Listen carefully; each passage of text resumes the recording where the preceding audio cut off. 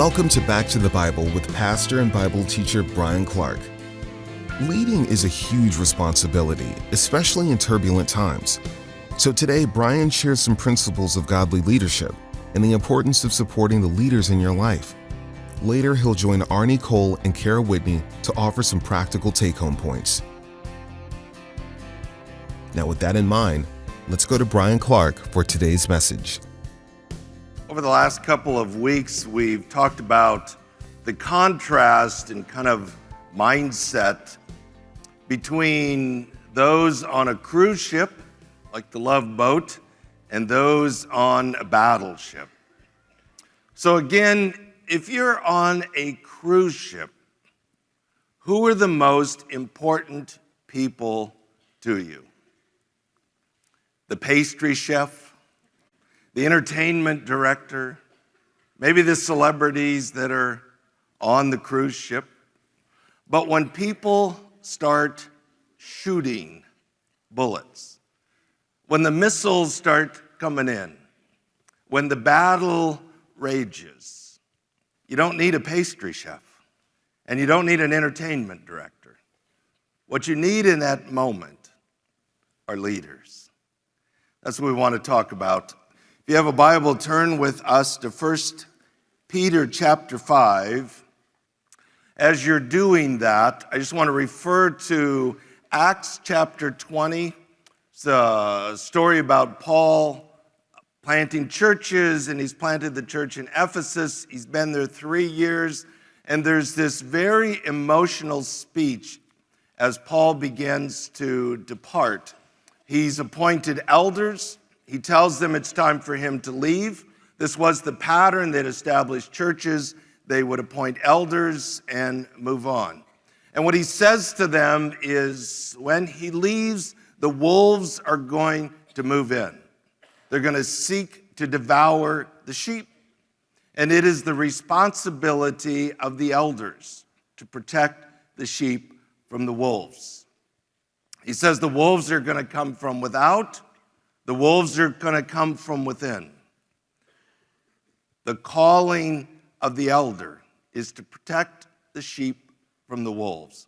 It has a very strong sense of urgency and protection, which is exactly the same as what Peter's talking about in 1 Peter chapter 5.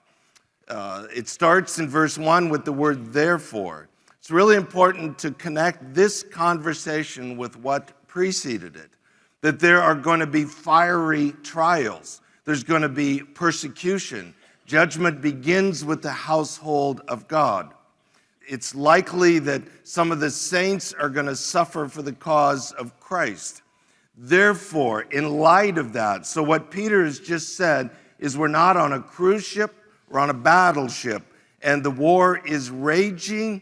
And it is the responsibility of the leadership to protect the sheep. It's really important to understand that the role of a pastor or an elder in a church is not to be a meeting attender. It's not to make some sort of organizational business decisions. It is to be a shepherd to protect the sheep. That's what he talks about then in chapter 5. He says, therefore, I exhort the elders among you as your fellow elder and witness of the sufferings of Christ and a partaker also of the glory that is to be revealed.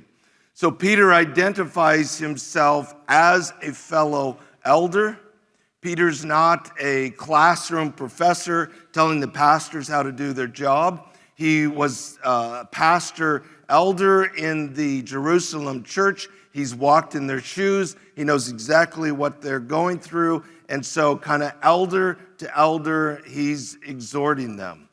Now, it gets a little bit confusing, but the terms elder, presbyter, bishop, overseer, shepherd, pastor, those are all terms that are interchangeable in the New Testament. They're not all different offices. Basically, elder is kind of the office and authority, and pastor or shepherd or overseer reflects the responsibility, the job description. So biblically, every pastor is an elder, every elder is a pastor. It doesn't mean all pastors are paid as a vocation, but they're pastors. Elders are not meeting attenders, they're not decision makers, they're shepherds out with the people, overseeing and protecting and leading and guiding. So he identifies himself as a fellow elder, a fellow witness of the sufferings of Christ. Even though it is true that Peter witnessed the sufferings of Christ, this word witness is not eyewitness, it's like testifier, proclaimer. A fellow proclaimer of the message of the suffering of Christ is what he's saying, and fellow partaker of the glory when Jesus returns. We talk about kind of this epic battle on the field for the championship, and a desire not to be in the bleachers, not to just wear the uniform on the sideline, but to be in the battle. If it's going to be a battle where we are bruised and bloodied and we leave everything we have for the cause, the desire to be part of that in order to ultimately share in the victory celebration.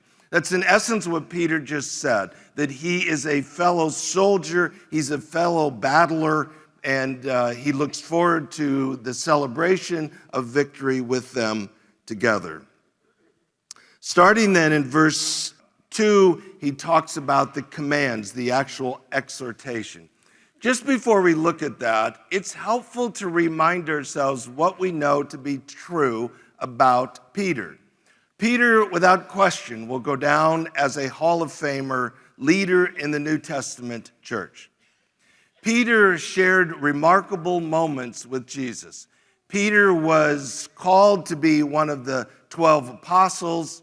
Peter was the guy that walked on water. Peter was there as one of the three in the transfiguration, just a remarkable moment. Peter was there in the great miracles when Jesus calmed the sea, when he fed the 5,000, when Jesus raised from the dead Jairus' daughter. Peter was one of only three that was invited in to witness that moment. Peter was one that ran to the tomb and discovered the empty tomb of the resurrected Christ. Peter preached one of the all-time great sermons in Acts chapter 2 at Pentecost. Peter is a Hall of Famer. But we also need to remind ourselves that Peter needed to go through the wilderness school of leadership. Peter was by no means perfect. Peter was the one who walked on water, but he's also the one that took his eyes off Jesus and started to sink. And Jesus said, "Hey, Peter, what's the deal? Where is your faith?" Peter was the one that when Jesus said he was headed to Jerusalem in order to be crucified, Peter wanted to stop him, and Jesus had to look at him and say, "Get thee behind me, Satan." Imagine that moment. Peter was the one that in the upper room was one of the disciples that was unwilling to wash the feet of Jesus because of their own pride and ego. When Jesus kind of rebuked them and began to wash feet, it was Peter that pulled his feet back, said, "Jesus, never will you wash my feet." Jesus said, "Peter, if you don't humble yourself and let me wash your feet, you're off the team." It was Peter in the Garden of Gethsemane that fell asleep when he was supposed to be watching with Jesus in his agony. It was Peter that took a sword and chopped off the ear of Malchus, the servant of the high priest, and Jesus had to put the ear back on. A few hours after that, it was Peter who denied that he even knew Jesus. And at one moment, he looks up and he sees Jesus. They go eyeball to eyeball, and Jesus knew that Peter had denied him. It was Peter that was convinced because of his failures, he was off the team. In John 21, he needs a recall from fishing back onto the team. And it's Peter that Paul says in the book of Galatians got so caught up with the legalists that Paul had to publicly rebuke him for his legalism. Peter was by no means a perfect leader. It's helpful just to realize that God calls very imperfect people to positions of leadership, but needs to take them through a process to refine them and to grow them and to mold them and to change them. most of us have spent a significant amount of time in the wilderness school of leadership in order to be ready to be useful for the master. So as Peter exhorts them as a fellow leader, we are reminded that Peter's story was a story of ups and downs and ultimately of great triumph. You're listening to Back to the Bible. If you'd like to listen again, visit backtothebible.org. Today's message with Bryan Clark continues now in 1 Peter chapter 5, verse 2. Shepherd the flock of God among you, exercising oversight. This imagery of shepherding as a description for leadership is very common in both the Old and New Testament. One of the unique aspects of shepherds in the ancient Near East is they actually kind of lived among the sheep. They didn't get out in front of them. They didn't push them from behind. They got in the mix. Their job was to feed the sheep, to lead the sheep, to protect them from the wolves trying to attack them, to make sure they had food and water and were healed when they were injured. So the idea of overseeing the sheep is a vivid imagery that every single sheep in the flock was the responsibility of the shepherd, and the shepherd understood that. Now, I have great respect for cowboys. I personally consider myself a cowboy wannabe. I love cowboys. But get in your mind this image of cowboys moving a herd of cattle across the plains. And a couple of them have whips, and they're cracking the whip, and the dust is flying, and all the noise and chaos to move the cattle. That is not the image of a shepherd. As a matter of fact, we're going to use that as kind of the contrary image. Shepherding was quiet. It was in the middle of the sheep. The shepherd kind of moved, and the sheep followed because the sheep knew him and trusted him. It was a much more relational approach to taking care of the livestock. It is interesting, twice, once in verse 1 and now early in verse 2, he talks about the sheep among you, the elders among you. There is this idea that using this imagery of a shepherd, the shepherd can only be a shepherd if he's among the sheep. The shepherd can't do this remotely. The shepherd can't do it, through the internet or through a phone call or something. The whole idea is the shepherd lives with the sheep, right in the middle of them, among them. Now, while that seems kind of obvious, there is a bit of a problem in our culture. It's built on several layers of problems, but as people become kind of selfish and self-absorbed and individualized and independent, there's kind of this movement that I'm a Christian, I don't really need the church, and basically I can get my teaching online or a podcast or on television, just kind of tune in and that will work just fine. There's all kinds of problems with that. But it's good to remind ourselves, I think your primary teacher should be someone who lives among you. It should not be someone on the internet. It should not be someone on the radio. There's no accountability in that. There's in my opinion, real concerns with that. I've told you this before. I think you should know how your primary teacher treats his wife, how he's raised his children, how he spends his money, how he lives his life, who he is in the mix of the sheep. I think there's critical and necessary accountability in that. I'll just suggest to you, if you knew what was going on in the private lives of many of these Christian celebrities, you would be greatly disappointed. The shepherd needs to be among the sheep. There shouldn't be layers of insulation between the pastors and the people. The pastors, the elders, the leaders should live and walk among the people. That's kind of this whole idea of being a shepherd. Shepherd the flock of God among you, exercising oversight, not under compulsion, but voluntarily according to the will of God. Now, there's different ideas about what exactly that means. Some think maybe it means like the pastors were lazy and they kind of had to be forced to do their job. That seems unlikely to me. I think the most likely explanation, understanding we're talking about a culture of persecution. We're talking about fiery ordeals. We're talking about people that are going to eventually, many of them, be arrested, imprisoned, many of them put to death. Some suggestion that maybe at this point Nero's already started burning Christians at the stake. So if there is persecution, who are the first ones to be persecuted? Answer, the leaders. That's always the way it works. Of all the apostles, all but one, as far as we know, were ultimately martyred for the cause of Christ.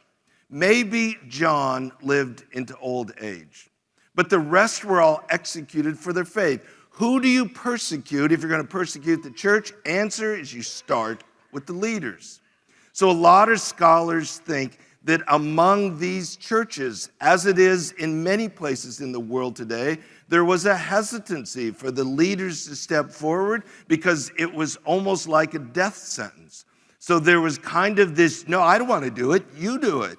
I don't want to do it, you do it. And kind of this arm twisting, and that's what Peter's talking about. It shouldn't be under compulsion where somebody's twisting your arm in order to do it. But rather, he says, according to the will of God. In other words, there should be a strong sense of call, that God is calling me to be a leader, to be an elder, and I will take the consequences that go with that. Now, around the world today as we speak, that is still true in many places in the world. There are brave, courageous leaders who feel a sense of call to lead the church of Christ, understanding it's almost guaranteed that they will be persecuted, imprisoned, and possibly executed. These are amazing, brave, courageous people. That is certainly not the climate in which we find ourselves here, but there is a reality to the fact that anyone who has assumed a position of leadership knows that as soon as you do that, you put a target on your chest.